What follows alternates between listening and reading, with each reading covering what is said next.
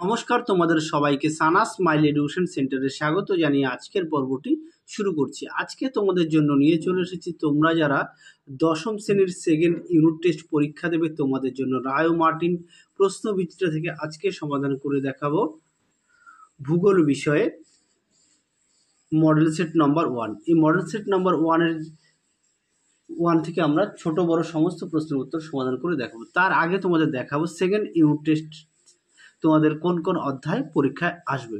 দেখো, প্রাকৃতিক ভূগোল থেকে কি আছে, বায়ুমণ্ডল আছে, তারপর বায়ুমণ্ডল আছে। আঞ্চলিক ভূগোল থেকে কি আছে, ভারত, অর্থনৈতিক পরিবেশ। কোন কোন অধ্যায় থেকে নাম্বার বিভাজনগুলো একটু দেখে নাও। চলো তারপরে তোমাদের আলোচনা করব প্রথম মডেল 1। চলো দেখো, প্রথমে আমরা দেখব বিভাগ কয়ের বিকল্পগুলি থেকে সঠিক উত্তরটি নির্বাচন করে লেখো। 1 নম্বর আছে বায়ুমণ্ডলের নাইট্রোজেন গ্যাসের পরিমাণ, এটা উত্তর হবে 78%। যদি আমি ঠিক ছিল দেওয়া আছে তোমাদের, তাও একবার আমি পড়ে দেখিয়ে দিচ্ছি। আচ্ছা, তারপরে দেখো পৃথিবীর অ্যালবেডোর পরিমাণ কত, 34%। আচ্ছা, কোন প্রকার বৃষ্টিপাত নিরক্ষীয় অঞ্চলে ঘটে, এটা উত্তর হবে অপশান ঘ, পরিচলন বৃষ্টিপাত। তারপরে দেখো মরা কোটালের সময় পৃথিবী ও চাঁদ কত ডিগ্রি কোণে অবস্থান করে, এটা উত্তর হবে অপশান খ, 90 ডিগ্রি। পরবর্তী প্রশ্ন দেখো কি আছে, 5 দাগের প্রদত্ত কোন নদীতে বানডাকা দেখা যায়, সঠিক উত্তর হবে অপশান ঘ, হুগলি নদীতে। পরবর্তী প্রশ্ন দেখো 6 দাগের কি আছে, ভারতের ম্যানচেস্টার কাকে বলা হয়, সঠিক উত্তর হবে আহমেদাবাদকে। আচ্ছা, পরবর্তী প্রশ্ন দেখো 7 দাগের সর্বাধিক স্বাক্ষর রাজ্য হলো, এটা সঠিক উত্তর হবে অপশান খ, কেরালা। পরবর্তী প্রশ্ন দেখো ভারতের সিলিকন ভ্যালি বলা হয় কাকে, অপশান ঘ, বেঙ্গালুরুকে। চলো তারপরে আমরা দেখব বিভাগ ক্ষয় কি আছে দেখে নাও। আচ্ছা, শুদ্ধ ও অশুদ্ধ লেখো। এক দেখে আছে ট্রোপোস্ফিয়ার উচ্চতা বৃদ্ধির সঙ্গে উষ্ণতা বাড়ে, এটা সম্পূর্ণ ভুল, এটা সঠিক উত্তর হবে কমে। তারপরে দেখো মুখ্য জোয়ারের প্রতিবাদ অংশে গৌণ জোয়ার হয়, এটা ভুল। তারপরে দেখো গম উৎপাদনে উত্তরপ্রদেশ রাজ্য ভারতের প্রথম, এটা সম্পূর্ণ সঠিক। পরবর্তী দেখো শূন্যস্থান পূরণ কি আছে, স্থলভাগের বিধ্বংসী ঘূর্ণিঝড়ের, সঠিক উত্তর সাইক্লোন। 2 দাগের প্রশ্ন দেখো পৃথিবী ও চাঁদের সবচেয়ে কম দূরত্বকে ড্যাশ বলে, সঠিক উত্তর হবে পেরিজি। পরবর্তী প্রশ্ন দেখো ভারতের ধান গবেষণাগার উড়িষ্যার ড্যাশে অবস্থিত, সঠিক উত্তর হবে কটকে। ঠিক আছে, উড়িষ্যার কটকে অবস্থিত। চলো তারপরে আমরা প্রশ্নগুলো দেখব কি আছে। একটি বা দুটি শব্দে উত্তর দাও। প্রথম প্রশ্ন হচ্ছে প্রতীপ ঘূর্ণবাতের কেন্দ্রে কোন ধরনের বায়ুচাপ বিরাজ করে, সঠিক উত্তর হবে শান্ত আবহাওয়া বিরাজ করে। পরবর্তী প্রশ্ন দেখো কোন বন্দরকে ভারতের প্রবেশদ্বার বলা হয়, সঠিক উত্তর হবে মুম্বাইকে। চলো এবার আমরা বিভাগ গয়ের প্রশ্নগুলো সমাধান করব। তার আগে বলি, তোমরা যারা আমাদের চ্যানেলে নতুন দেখছো সবাইকে অসংখ্য ধন্যবাদ।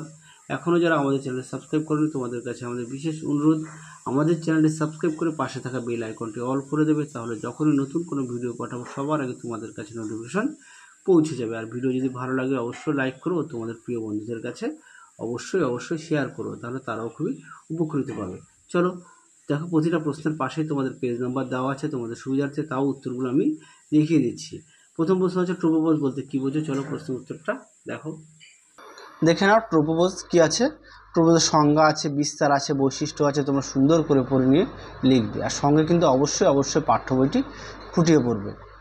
শুধু ভূগোল বিষয় নয়, ইতিহাস, ভূগোল, জীবনবিজ্ঞান, ভৌতবিজ্ঞান, তোমরা সমস্ত বিষয় কিন্তু পাঠ্য বইটার দিকে অবশ্যই জোর দেবে, তাহলে দেখবে সম্পূর্ণ বিষয় তোমরা জানতে পারবে। এছাড়া শর্ট কোশ্চেনগুলো তোমরা ওখান থেকে পেয়ে যাবে। চলো পরবর্তী প্রশ্ন দেখো। পরবর্তী প্রশ্ন আছে কি, অথবা দিয়ে সীমান্ত বৃষ্টি কাকে বলে, চলো প্রশ্নের উত্তরটা দেখে নাও। সীমান্ত বৃষ্টি কি আছে, ক্রান্তীয় অঞ্চলের উষ্ণ আর্দ্র হালকা বায়ুপুঞ্জ এবং মেরু অঞ্চলের শীতল শুষ্ক ভারী বায়ুপুঞ্জ যখন পরস্পরের দিকে প্রবাহিত হয়ে নাতিশীতোষ্ণ অঞ্চলে মিলিত হয় তখন সীমান্তের সৃষ্টি হয়। এই পরিস্থিতিতে নাতিশীতোষ্ণ ঘূর্ণপাত দেখা দেয় ও ঘূর্ণবৃষ্টি হয়ে থাকে। সীমান্ত বরাবর সৃষ্টি হয় বলে একে সীমান্ত বৃষ্টিও বলে।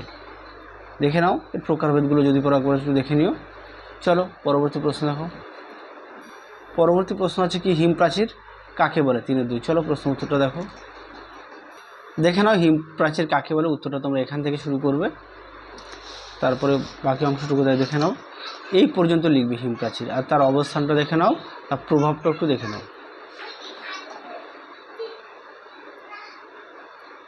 নাও। চলো পরবর্তী প্রশ্ন দেখো কি আছে, সারাসারি বান বলতে কি বোঝো, চলো প্রশ্নের উত্তরটা দেখো। দেখে নাও প্রশ্নের উত্তরটা সুন্দর করে দেওয়া আছে।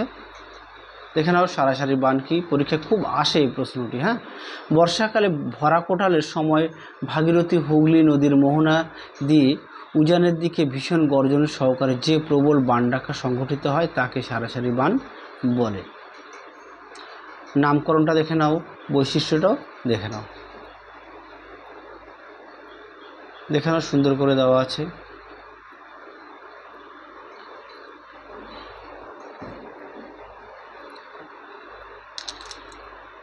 চলো পরবর্তী প্রশ্ন দেখো কি আছে। পরবর্তী প্রশ্ন আছে 3-3 আকাশপথে দুটি সুবিধা লেখো। চলো প্রশ্ন উত্তরটা দেখো। দেখে নাও প্রশ্নের উত্তরটি, এই যে পয়েন্ট দেওয়া আছে তোমরা এখান থেকে পড়ে নিয়ে লিখবে। চলো পরবর্তী প্রশ্ন দেখো। পরবর্তী প্রশ্ন আছে আদমশুমারি বলতে কি বোঝো। খুবই একটি গুরুত্বপূর্ণ প্রশ্ন। দেখে নাও আদমশুমারি যে বিশেষ কার্যপ্রণালীর মাধ্যমে কোনো একটি নির্দিষ্ট দেশের বা নির্দিষ্ট ভূখণ্ডের জনগণের সংখ্যা, জন্ম মৃত্যু হার এবং তাদের আর্থিক, সামাজিক ও সাংস্কৃতিক পরিসংখ্যান সংগৃহীত হয় তাকে আদমশুমারি বলে। তাহলে উত্তরটা তোমরা এই পর্যন্ত লিখবে। চলো পরবর্তী প্রশ্ন দেখো। পরবর্তী প্রশ্ন দেখো বাগিচা ফসল কাকে বলে। আচ্ছা তোমরা এই প্রশ্নটা একটু দেখে নিও, তোমাদের পাঠ্য বইতেও আছে আর এখানে পেজ নাম্বারটাও দেওয়া আছে। পরবর্তী প্রশ্ন দেখো সোনালী তন্তু বলতে কী বোঝো। চলো উত্তরটা দেখো। আচ্ছা সোনালী তন্তু বলতে কী বোঝো, এই দুটো প্রশ্ন তোমাদের পাঠ্য বইতে দেওয়া আছে, তোমরা সেখান থেকে দেখে নিও। তাছাড়া পেজ নাম্বার দেওয়া আছে, একটু দেখে নিও। চলো এরপর আমরা দেখব বিভাগ ঘয়ের। আচ্ছা 4-এ এক জায়গায় কী আছে, সমুদ্রবায়ু ও স্থলবায়ুর মধ্যে পার্থক্য লেখো। চলো উত্তরটা দেখো। আগের যে দুটো প্রশ্ন বললাম বাগিচা ফসল ও সোনালী তন্তু, এটা তোমাদের পাঠ্যবইতে সুন্দর করে দেওয়া আছে, সেই কারণে আমি আর দেখালাম না, তোমাদের সুবিধা হবে পড়তে। আর তোমরা কিন্তু অবশ্যই পাঠ্য বইটি ফুটিয়ে পড়বে, পাঠ্য বইয়ের দিকে অবশ্যই কিন্তু গুরুত্ব দেবে। চলো দেখে নাও প্রশ্নের উত্তরটি সুন্দর করে দেওয়া আছে। দেখে নাও সুন্দর করে উত্তরটি দেওয়া আছে। চলো পরবর্তী প্রশ্ন দেখো। তোমরা অবশ্যই বিষয়গুলো কিন্তু উল্লেখ করবে। এইখানে আরও দুটো পয়েন্ট আছে, দেখে নাও একটু, পেজ নাম্বারটাও দেখে নাও। 158 ও 159 পেজে পেয়ে যাবে, অবশ্যই বিষয় উল্লেখ করবে। পরবর্তী প্রশ্ন দেখো কী আছে, ঘূর্ণবাত ও প্রতিভা ঘূর্ণবাতের পার্থক্য লেখো। উত্তরটা দেখো। দেখে নাও প্রশ্নের উত্তরটি সুন্দর করে দেওয়া আছে, অবশ্যই বিষয় তোমরা উল্লেখ করবে, বিষয়গুলো কিন্তু অবশ্যই উল্লেখ করবে। দেখে নাও পরবর্তী প্রশ্ন দেখো কি আছে, 4-2 মগ্ন চড়াগুলি মৎস্য আহরণের ক্ষেত্রে উপযুক্ত কেন। চলো প্রশ্নের উত্তরটা দেখো।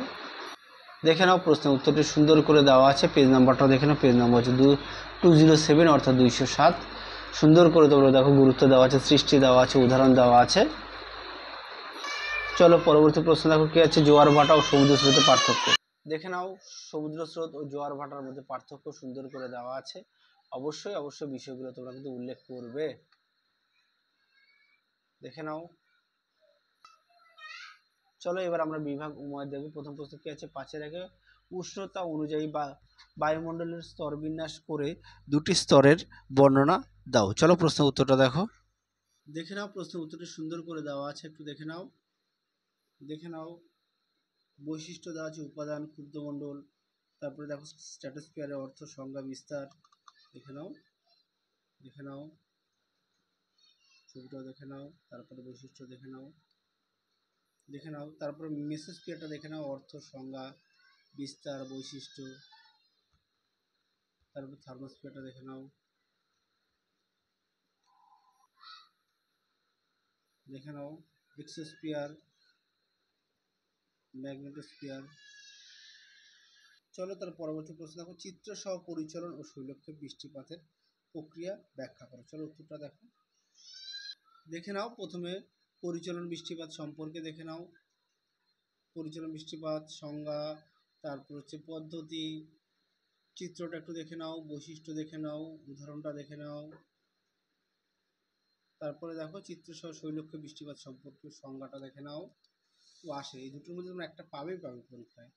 তারপরে দেখে নাও শৈলক্ষে বৃষ্টিপাতের চিত্রটা তোমাদের পাঠ্যবইতে দেওয়া আছে, তোমরা সেখান থেকেও পড়ে নিতে পারো। পদ্ধতিটা দেখে নাও, উদাহরণটাও দেখে নাও।